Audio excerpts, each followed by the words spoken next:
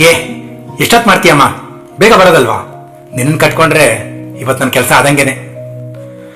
ಮಧ್ಯಾಹ್ನದ ಸುಡು ಬಿಸಿಲಿನಲ್ಲಿ ಮಹೇಶನು ತನ್ನ ಅಮ್ಮ 80ರ ಆಸುಪಾಸಿನ ಶಾರದಮ್ಮನನ್ನು ನಡು ರಸ್ತೆಯಲ್ಲಿ ದರದರನೆ ಎಳೆದುಕೊಂಡು ಹೋಗುತ್ತಿದ್ದ. ಮುಂಚಿನಿಂದಲೂ ಕಾಲಿಗೆ ಚಪ್ಪಲಿ ಹಾಕುವ ರೂಢಿ ಇಲ್ಲದ ಶಾರದಮ್ಮಳು ಬಿಸಿಲಿನ ಬೇಗೆಗೆ ಬೇಯುತ್ತಿದ್ದ ಡಾಂಬಾರ್ ರಸ್ತೆಯಲ್ಲಿ ಬರಿಗಾಲಲ್ಲಿ ಏದುಸಿರು ಬಿಡುತ್ತಾ ಮಗನನ್ನು ಹಿಂಬಾಲಿಸುತ್ತಿದ್ದಳು. ಯಾವುದೋ ಬ್ಯಾಂಕ್ ಕೆಲಸವಿದೆ ಎಂದು ಆ ದಿನ ಬೆಳಿಗ್ಗೆಯೇ ಮಗ ಮಹೇಶನು ದೂರದ ಪೇಟೆಯಿಂದ ಹಳ್ಳಿಗೆ ಬಂದಿದ್ದ. ತನ್ನ ಗಂಡ ಸತ್ತು ಸುಮಾರು 2 ತಿಂಗಳ ನಂತರ ವಾಪಸ್ ಬರುತ್ತಿದ್ದ ಮಗನ ನೋಡುವ ಖುಷಿಯಲ್ಲಿಯೇ ಬೆಳಿಗ್ಗೆಯೇ ಬೇಗಿದ್ದು ಅವನಿಗಿಷ್ಟವಾದ ರೊಟ್ಟಿ ಉಣಬಡಿಸಿದ ಶಾರದಮ್ಮನಿಗೆ ತಾನು ತಿಂಡಿ ತಿನ್ನುವುದಕ್ಕೂ ಸಮಯವಿಲ್ಲದೆ ಮಗನ ಜೊತೆ ತುರಾತುರಿಯಲ್ಲಿ ಹೆಜ್ಜೆ ಹಾಕಿದಳು. ರಣ ಬಿಸಿಲಿಗೆ ಬಾಯಾರಿದ ಶಾರದಮ್ಮಳು ಮೇಲೆ ನಿಂತು, ಮಗ, ಕೊಂಚ ಬಾಯಾರಿಕೆ ಆಗ್ತಿದೆ, ಇಲ್ಲೆಲ್ಲಾದ್ರೂ ಸ್ವಲ್ಪ ನೀರು ಸಿಗ್ಬೋದೆ? ಏ ಬಾರಮ್ಮ, ಬೇಗ, ಅದೇನು ಅವಸರ ನಿನಗೆ? ಆ ಬ್ಯಾಂಕ್ನವ್ರು ನಿನ್ಗೋಸ್ಕರ ಕಾಯ್ಕೊಂಡು ಕುತ್ಕೊಳ್ಳಲ್ಲ. ಶನಿವಾರ ಇವತ್ತು ಅರ್ಧ ರಜೆ ಮಾಡಿಬಿಟ್ರೆ ನಾನು ಈ ಕೆಲಸಕ್ಕೋಸ್ಕರ ಮತ್ತೆ ರಜೆ ಹಾಕೊಂಡು ಬರಬೇಕು. ಅದೊಂದು ಖರ್ಚು ಬೇರೆ ನನಗೆ.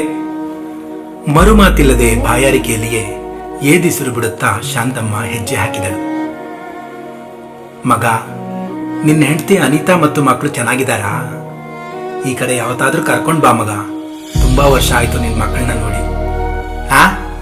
ಅವ್ರಿಗೆ ಹಳ್ಳಿಗೆ ಬಂದಿರೋ ನಿನ್ ಕೆಸಗದೆ ನೋಡ್ಬೇಕಾ, ಇಲ್ಲ ಎಮ್ಮೆ ಸಗಣಿ ಬಚ್ಬೇಕಾ? ಸುಮ್ಮನೆ ಮಾತಾಡದೆ ಬಾಯಿಗ. ತರಾತುರಿಯಲ್ಲಿ ಅಮ್ಮನ ಜೊತೆ ಬ್ಯಾಂಕಿನ ಮೆಟ್ಟಿಲೇರುವ ಆತುರದಲ್ಲಿ ಮೆಟ್ಟಲಿನಿಂದ 1-2 ಹೆಜ್ಜೆ ಜಾರಿ ಬಿದ್ದ. ಅಯ್ಯೋ ಅಮ್ಮ! ತನ್ನ ಮಗ ಬಿದ್ದದ್ದನ್ನು ನೋಡಿ ಕರುಳು ಕಿವುಚಿದ ಶಾರದಮ್ಮನು, ಮಹೇಶ, ಏನಾಯ್ತೋ? ಪೆಟ್ಗಿಟ್ಟು ಜೋರಾಗಾಯ್ತ ಮಗ? ಎಷ್ಟಾದರೂ ತಾಯಿ ಕರಳು. ಮಗ ಜಾರಿ ಬಿದ್ದದನ್ನು ಕಂಡು ನೋವಾಗದೆ ಇರತ್ತ. ಎಲ್ಲ ನಿನ್ನಿಂದನೇ ಆಗಿದ್ದು. ಬೆಳಿಗ್ಗೆನೆ ಬೇಗ ಹೊರಟು ಬಾ ಅಂತ ಬಡ್ಕೊಂಡೆ.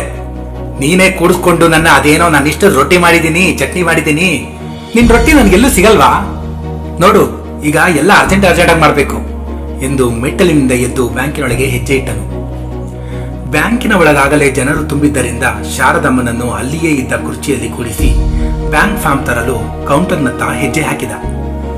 ಈಗಾಗಲೇ ಬಾಯಾರಿಕೆಯಿಂದ ತುಸು ನಿತ್ರಾಣಗೊಂಡಿದ್ದ ಶಾರದಮ್ಮಳು ತನ್ನ ಎದುರಿಗೆ ಕಾಣುತ್ತಿದ್ದ ಕುಡಿಯುವ ನೀರಿನ ಕ್ಯಾನ್ ಕಂಡು ಸಂತಸದಿಂದ ಕುರ್ಚಿಯಿಂದೆದ್ದು ಅದರೆಡೆಗೆ ಹೆಜ್ಜೆ ಹಾಕಿದಳು. ತಕ್ಷಣವೇ ಕಣ್ಣೆಲ್ಲ ಕತ್ತರಿ ಆವರಿಸಿದಂತಾಗಿ ಬ್ಯಾಂಕ್ ಹಾಲ್ನ ಮಧ್ಯದಲ್ಲಿಯೇ ಪ್ರಜ್ಞೆ ತಪ್ಪಿ ಕುಸಿದು ಬಿದ್ದಳು.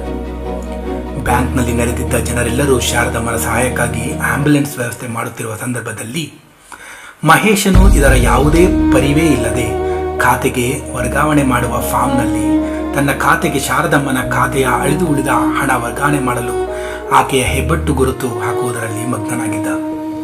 ಹೃದಯ ಸ್ತಂಭನದಿಂದ ಆ ವೃದ್ಧ ಜೀವ ಆಗಾಗಲೇ ಜೀವ ಹೊರಚೆಲ್ಲಿಯಾಗಿತ್ತು.